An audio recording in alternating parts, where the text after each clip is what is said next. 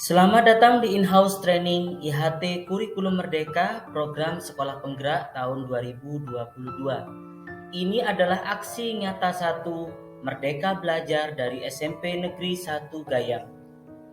Dari kelompok 3 beranggotakan Siti Faizah SE, Irwan Hidayat SPD, Nani Endang Widiawati SPD, Ririn Haryanti SPD, dan Naila SAG.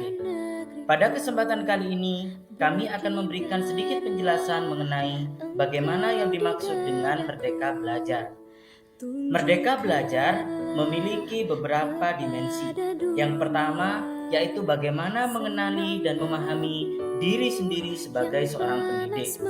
Mampu mengenali kekuatan dan kelemahan diri, mampu mengenali karakteristik dan kebutuhan murid, serta menjadi manusia merdeka yang hidupnya bersandar pada kekuatan sendiri, baik lahir maupun batin, dan tidak tergantung pada orang lain.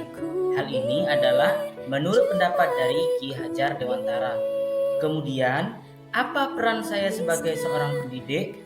Pendidik harusnya menuntun kekuatan kodrat yang ada pada diri murid agar dapat mencapai keselamatan dan kebahagiaan.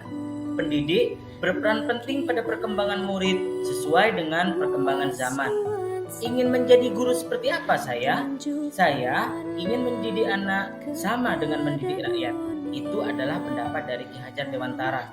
Dan guru harus adaptif terhadap segala bentuk perubahan.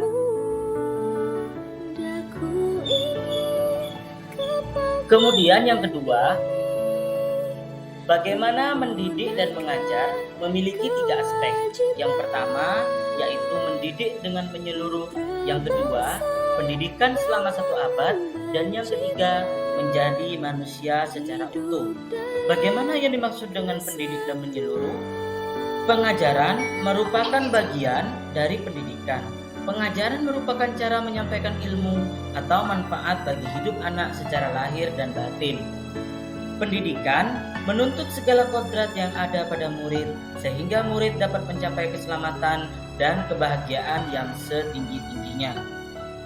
Pendidikan tidak sekedar memberi pengetahuan, namun mendidik keterampilan berpikir dan mengembangkan kecerdasan batin murid.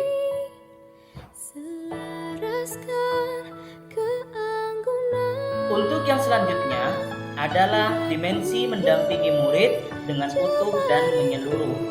Kita mengenal ada yang dimaksud dengan kodrat murid dan ada yang dimaksud dengan trikon.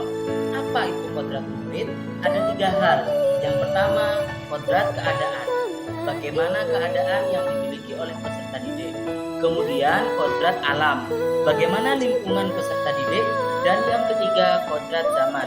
Bagaimana perkembangan yang sudah terjadi di lingkungan peserta didik dan bagaimana perkembangan yang terjadi di luar secara global.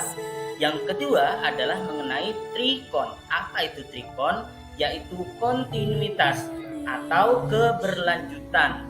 Kemudian yang kedua ada konvergensi dan yang ketiga ada konsentris. Untuk yang selanjutnya Bapak Ibu, kita bisa melihat pada mendidik dan melatih bagaimana kecerdasan budi pekerti. Apa itu budi pekerti? Budi pekerti merupakan hasil bersatunya gerak pikiran, perasaan, dan kehendak sehingga menimbulkan suatu tenaga. Budi pekerti juga merupakan perpaduan dari 3 hal, yaitu cipta, rasa, dan karsa. Budi pekerti murid tidak hanya dibentuk oleh lingkungan sekolah saja, namun di lingkungan keluarga dan di lingkungan masyarakat. Teori konvergensi dan pengaruhnya terhadap pendidikan adalah bahwa kodrat anak diibaratkan sekertas yang sudah terisi penuh, yang terisi dengan berbagai macam tulisan dan coretan, sehingga tugas pendidik adalah menebalkan dan memperjelas arti dan maksud dari tulisan tersebut. Pada akhirnya, pendidikan yang kita lakukan adalah pendidikan yang mengantarkan keselamatan dan kebahagiaan. Mengantarkan murid dan selamat dengan bahagia. Apa itu selamat dan bahagia? Yang kedua, bagaimana yang dimaksud dengan sistem AMOM? Dan yang ketiga, mari kita merdeka belajar pada abad 21. Definisi mengenai kebahagiaan tentu Bapak Ibu sudah mengetahui. Dan bagaimana yang dimaksud dengan sistem Among? Ada 3. Yang pertama yaitu ing ngarso sunggulodo, ing madya mangunkarso, dan terakhir tuturi handayani.